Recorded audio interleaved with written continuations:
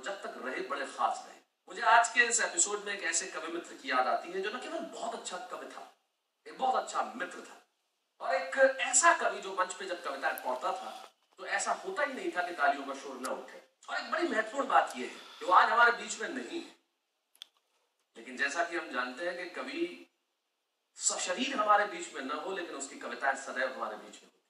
और जब वाहवा बहुत वर्षों पहले हम सारे देश के लोगों को दिखाते थे तब मुझे बड़ी खुशी है कि उस जमाने में उन्होंने आके कई बार हमारे साथ कविताएं पढ़ी। पहले नजर डालते हैं किस तरह से। वजन बढ़ जाने से बुरा हाल है, शरीर में न सुर है न ताल है, चेहरा तो ठीक ठाक है मगर चाल बेकार हो गई है, और ये कमर कमरे से हॉल हो गई। हद तो उस दिन हो गई भाई जब शहर का कसाई धीरे से बोला, साहब आप बकरा होते तो मजा आ जाता। ज्योतिषी को हाथ दिखाया तो बोला, भाई वाह वाह वाह वाह वाह वाह, कमाल है, क्या उम्र पाई है। ऐसी तैसी कर देंगे आप जमाने वालों की। आप तो उसी दिन मरेंगे जिस दिन शहर में 5 मौतें लिखी होंगी, एक आपकी 4 उठाने वालों की।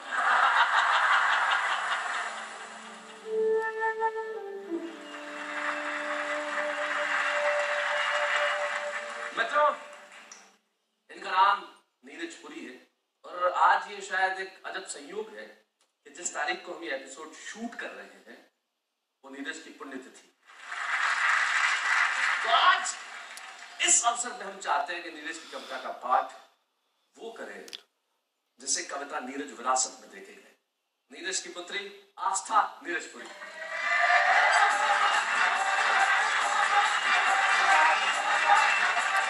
चलिए जी, जो आजकल बम विस्फोट जगह जगह हो रहे हैं उन्हीं के ऊपर पापा की एक बहुत ही अलग ढंग की कविता उन्हीं के अंदाज में सुनाने का प्रयास करती हूँ। सुनाओ। कि विस्फोटों के बाद एक बम बच गया जिंदा, तो उसके पास पहुंच गया न्यूज चैनल का ये बंदा। सबसे पहले अपने चैनल पर खबर दिखाने के लालच में हमने जैसे ही टिफिन का ढक्कन हटाया तो बम मुस्कुराया।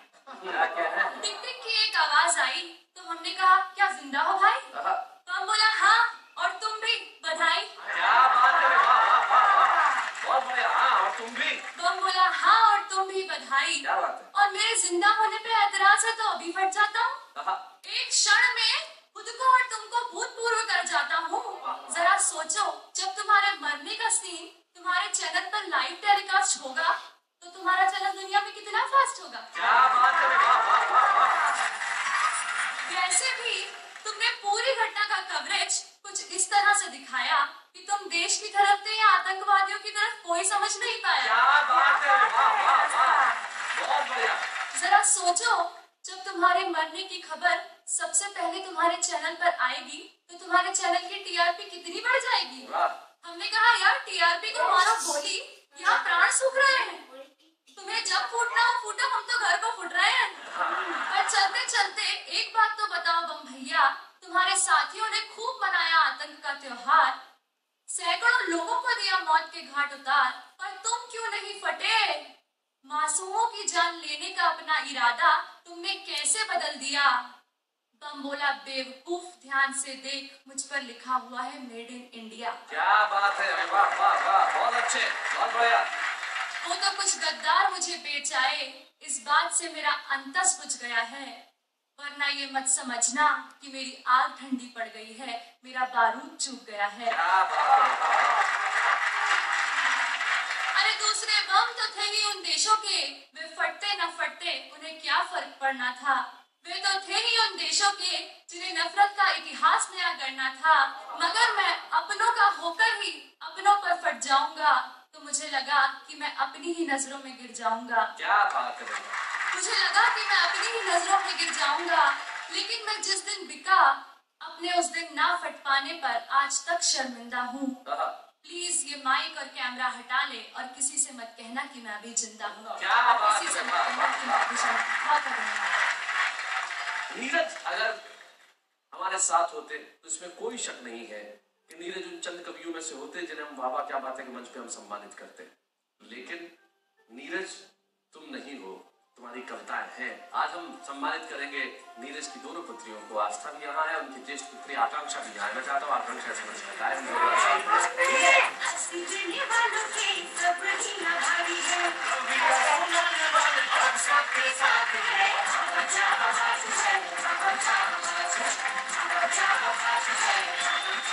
क्या राज था? एक पुत्री होने के नाते मैं जानता हूँ कि अथाह स्मृतियां होंगी, लेकिन कोई एक बात जो तुम नहीं भूलती कभी।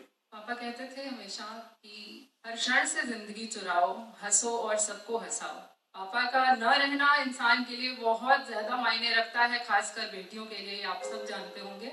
लेकिन उनकी इस बात ने हम लोगों को उस दिन से ये नहीं कह सकते कि रोने के लिए मना कर दिया या कुछ, लेकिन जब भी हम लोग अकेले में रहते हैं तभी रोते हैं। अदरवाइज उनकी यही जो बात है हमें बहुत स्ट्रेंथ देती है कि हर क्षण से जिंदगी चुराओ, हंसो और सबको हंसाओ। क्या बात है, मैं जानता हूँ नीरज सदैव हंसते हंसाते रहते थे। तुम क्या कहना चाहोगी आज साहब? जब मैं बहुत छोटी थी तो मैं उनसे कहती थी पापा मुझे भी कविता लिखना सिखाओ, तो उनका हमेशा ये जवाब रहता था कि बेटा कविता लिखना सिखाया नहीं जाता। तो वो बात मुझे उनके जाने के बाद रियलाइज हुई कि सच में कविता लिखना सिखाया नहीं जाता। ये उन्हीं का आशीर्वाद है जो आज उनके जाने के बाद उन्होंने अपनी कलम मुझे सौंपी है और खुद ब खुद उनकी काव्य यात्रा को और उनकी कलम को मैं आगे बढ़ा रही हूँ। क्या बात है, नीरज ने बिल्कुल ठीक कहा, कविता लिखना सिखाया नहीं जाता। जब यहाँ कुछ होता है तो कविता पैदा होती है। यहाँ के खालीपन को भरिए, भरिए मोहब्बत से, भरिए प्रेम से, फिर देखिए कविताएं कैसे उपजती है। और जब उपजेगी कविताएं हैं तब सारी दुनिया करेगी सिर्फ एक काम, आपके लिए मिलके कहेगी वाह क्या बात है।